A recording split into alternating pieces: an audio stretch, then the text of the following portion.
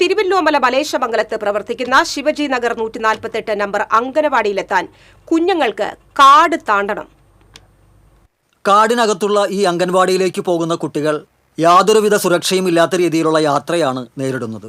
കാടിലൂടെയും പാറക്കൂട്ടങ്ങൾക്കിടയിലൂടെയുമുള്ള യാത്രയിൽ പാമ്പുകടി ഉൾപ്പെടെയുള്ള ഭീഷണികൾ നേരിട്ടുകൊണ്ടാണ് കുട്ടികൾ അംഗനവാടിയിലേക്ക് പോകുന്നത്. കൊട്ടിഘോഷിച്ചുള്ള പ്രവേശനോത്സവങ്ങൾ നടക്കുമ്പോഴും നിർധന വിഭാഗത്തിൽപ്പെട്ട ഉന്നതിയിലുള്ള കുട്ടികൾ അനുഭവിക്കുന്ന യാതനകൾ തുടർക്കഥയാവുകയാണ്.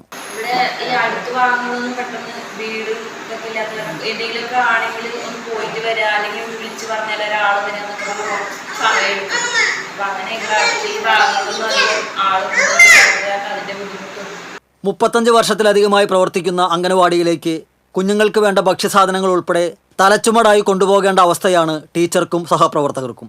അംഗൻവാടിയുടെ 100% പ്രവർത്തനങ്ങളും നടത്തിയെന്ന് സംവിധാനങ്ങളെ ബോധിപ്പിക്കാൻ വേണ്ടി നിർമ്മിച്ച വാട്ടർ ടാങ്ക് ഉൾപ്പെടെ നോക്കുകുത്തിയായിട്ടിരിക്കുന്ന സ്ഥിതിയാണ്. മഴക്കാലമായാൽ പാമ്പ് ഉൾപ്പെടെയുള്ള ഉരകജീവികളുടെ ഭീഷണിയും പ്രദേശവാസികൾ നേരിടുന്നുണ്ട്. കുടിവെള്ള സംവിധാനങ്ങൾ ഒന്നും തന്നെ ഈ അംഗൻവാടിയിൽ ഇല്ല. കുരുന്നുകളുടെ പ്രാഥമിക ആവശ്യങ്ങൾക്കും ഭക്ഷണം പാചകത്തിനുമെല്ലാം വെള്ളം തലച്ചുമടായാണ് ടീച്ചറും സഹായിയും എത്തിക്കുന്നത്.